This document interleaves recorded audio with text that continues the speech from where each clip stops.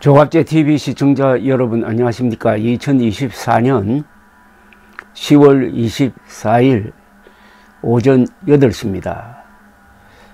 저는 윤석열 한동훈 회담이 윤석열 대통령이 위기에서 탈출할 수 있는 마지막 기회라고 예언을 했습니다. 그 회담이 아주 보기 흉하게 진행이 되고 그 후유증이 이제는 본격적으로 윤석열 한동훈 대결 구도로 가고 있습니다. 제가 그런 예측을 하면서 만약 이번에 이 회담에서 획기적인 탈출구가 나오지 않으면은 그 후는 윤석열 대통령의 탄핵 하야 식물화로 갈 것이고 국민의힘은 분당 또는 국민의힘에서 윤석열 대통령 탈당을 요구하는 소리가 나올 것이다 라고 했는데 이것 또한 그대로 가고 있습니다. 이 불길한 예측이 들어맞으면 기분이 좋지 않습니다. 그런데 지금 일어나는 이 현상은 우리나라 정치사에서 일찍 보기 힘든 정도의 분열 구도입니다. 정권의 1인자, 2인자가 이렇게 임기가 아직 반이나 남았는데 정면 충돌할 예는 없었습니다. 그럼 이 결과는 어떻게 되느냐? 사법 리스크에 지금 빠져 있고 11월에 중요한 선고가 2건 나오게 되어 있는 이재명 민주당 대표를 구해가지고 이재명 대통령이 등장하는 조기 대선을 통해서 이재명 대통령이 등장하는 길을 깔지도 모르겠다는 생각이 듭니다. OK 목장의 결투, 여기에 전국이 흉흉하고 지금 우크라이나에 북한군이 파병된다는 이야기를 두고 국제사회가 한반도를 이렇게 주시하는 가운데 정치 상황은 이렇게 돌아가고 있습니다. 우선 한동훈 국민의힘 대표가 이 주제를 잘못 잡았다고 생각합니다. 김건희 여사 문제도 크지만은 여기에 집중하면 할수록 윤석열 대통령과 감정적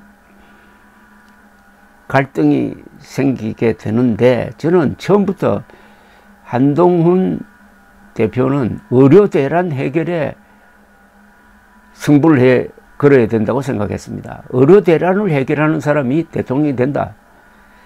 그런데 의료 대란 해결은 뒷전이고 지금 김건희 여사를 어떻게 하면 코너로 몰 것이냐 하는 인상을 지금 주고 있습니다. 이게 윤석열 대통령으로부터 격렬한 지금 반발을 부르니까 이 대결 구도에서 한동훈 대표가 이긴다고 한들 손에 쥐는 게 뭐냐는 겁니다. 한동훈 대표가 이기든 윤석열 대통령이 이기든 다 이재명을 돕는 겁니다. 적전 분열입니다. 우리 역사에서 비슷한 예가 하나 있어요. 후백제를 만든 견훤이 말년에 60대 후반입니다. 말년에 장남무로부터 쿠데타를 당했습니다. 장남무는 자신을 후계자로 세울 줄 알았더니 동생을 후계자로 세우니까 살기 위해서 쿠데타를 해가지고 견훤을 금산사에 유폐시켜 버렸습니다. 견훤은 탈출을 해가지고 적국인 고려로 갑니다. 왕건에게 항복합니다. 왕건은 견훤을 아버지 뻘로 모시면서 나이가 많으니까 우대를 해줍니다. 그리고 그 다음에 서기 936년이죠. 그 다음에 견훤과 왕건이 고려군을 이끌고 후백제 이제 정벌에 났습니다. 지금 구미에서 결전을 해가지고 견훤의 아들 신금이 이끌던 후백제 군을 아주 격파를 하고 신금은 항복을 합니다. 자, 견훤은 아들에게 이제 복수를 한 거죠. 그런데 왕건이 항복한 신금, 견훤의 아들 신금을 죽이지 않고 우대를 해줍니다. 여기에 화가 나가지고 견훤이 그 몇 달 후에 뭐 등창으로 죽었다는 이런 이야기가 있습니다.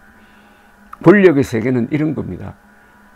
이게 진행이 되면은 윤석열 대통령은 마음속으로 이재명보다는 한동훈을 더 미워할 가능성이 있습니다. 그럼 결과적으로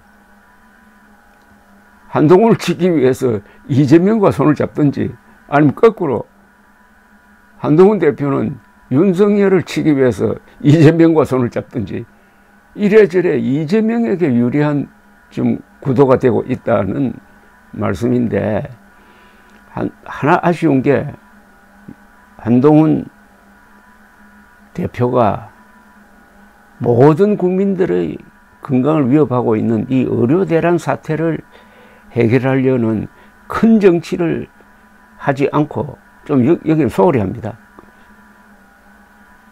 아주 감정적인 이 대통령의 부인을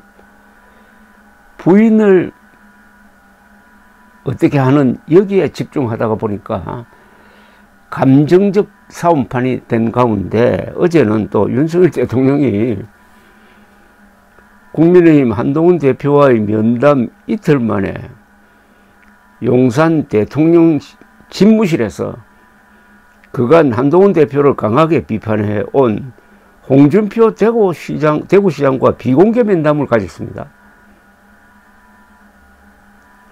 최근 윤 대통령이 무너지면 보수 우파가 침몰을 한다고 언급한 홍준표 시장을 만난 것은 홍 시장이 한 대표의 차기 대선 경쟁자로 거론되는 만큼 한 대표를 견제하는 공동정선을 형성했다는 해석이 나온다고 동아일보가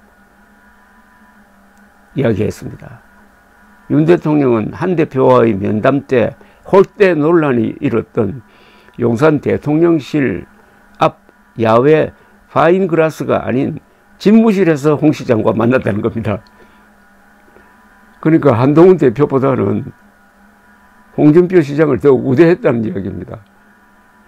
김태흠 충남도지사도 어제 한 대표와 친한계 만찬 회동에 대해서 무슨 개파 보수인가 하는 게 너무 아마추어 같고 답답하다고 비판을 했습니다.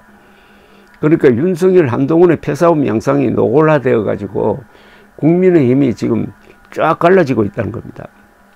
동아일보 분석에 의하면 현재 여당 내에서는 친한계, 친윤계 그룹 수가 비등하다고 그럽니다. 친한계로 분류되는 의원은 중진, 조경태, 서범수, 박정하 의원 등 21명 정도고, 친윤계 의원으로는 추경호 원내대표, 이철규, 정점식, 김민전 등 25명 정도고, 중립지대에는 62명이 있다는 겁니다.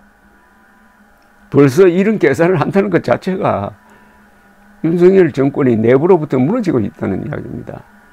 이렇게 해도 무너지지 않는다면 이게 기적입니다. 자, 친윤계란 말을 누가 만들었습니까? 윤핵관에 속하는 사람들이 만든 것 아닙니까? 언제 만들었습니까?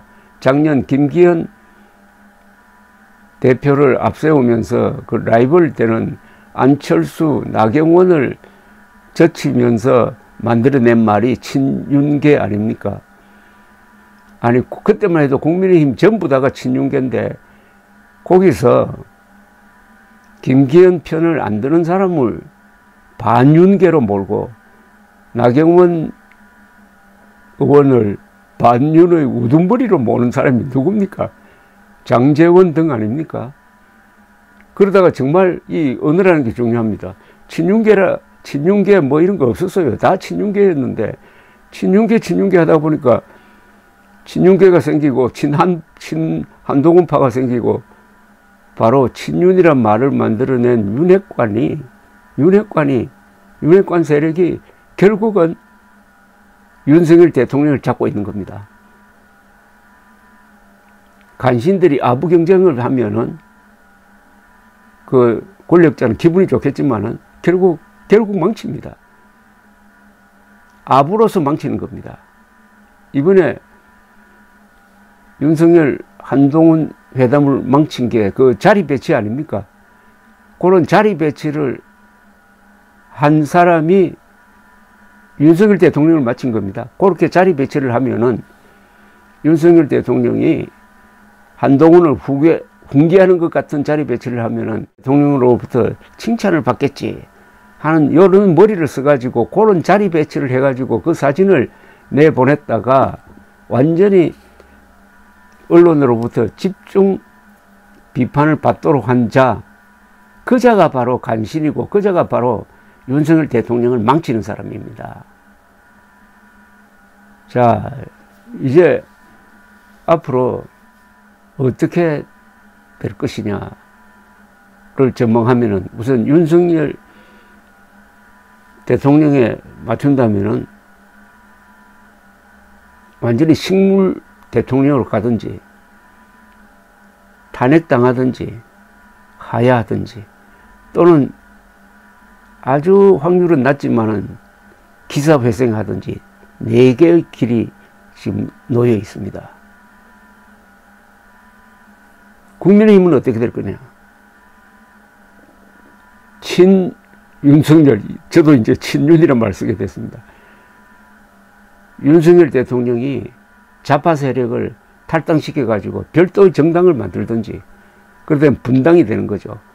아니면 한동훈 대표가 민심과 지금 언론을 얻고 있으니까 한동훈 대표 주도로 말하자면 윤석열 제거 작전을 펼친다는 거죠. 제거 작전은 어떤 식으로 되느냐. 무슨 김건희 여사 특검법을 통과시켜가지고 정치적으로 무력화시킨 다음에 여론이 악화되면은 윤석열 대통령 탈당을 요구한답니다. 탈당. 분당 또는 대통령 탈당. 그 다음에 윤석열 대통령의 운명은 어떻게 되느냐는 거죠. 만약 탈당한 또는 탈당된 윤석열 대통령이 어떻게 됩니까? 완전히 허수아비가 되는 거죠. 근데 대통령 중심제 하에서는 대통령이 허수아비가 되면은 그 시스템이 망가져 버립니다. 대통령이 버틸 수가 없어요. 아니면은 그 순간부터 윤석열 대통령이 민주당과 손을 잡는다든지 아까 견훤처럼 이런 아주 가변적인 그 다음에 민주당의 계산은 뭐냐 이런 여론 악화를 바로 법원으로 끌고 가가지고 판사들을 압박해서 이재명 재판에서 아주 유리한 결과가 나오도록 하는 것. 그게 1차 목표겠죠.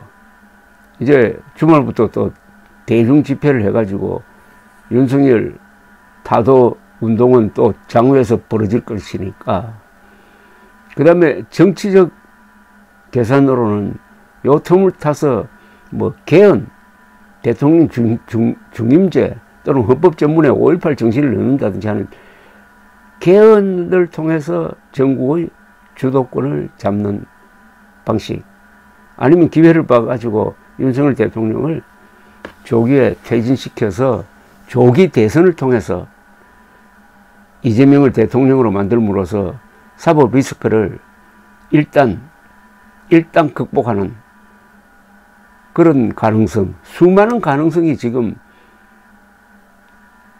올라 있는데 큰 흐름은 윤석열 대통령의 몰락입니다.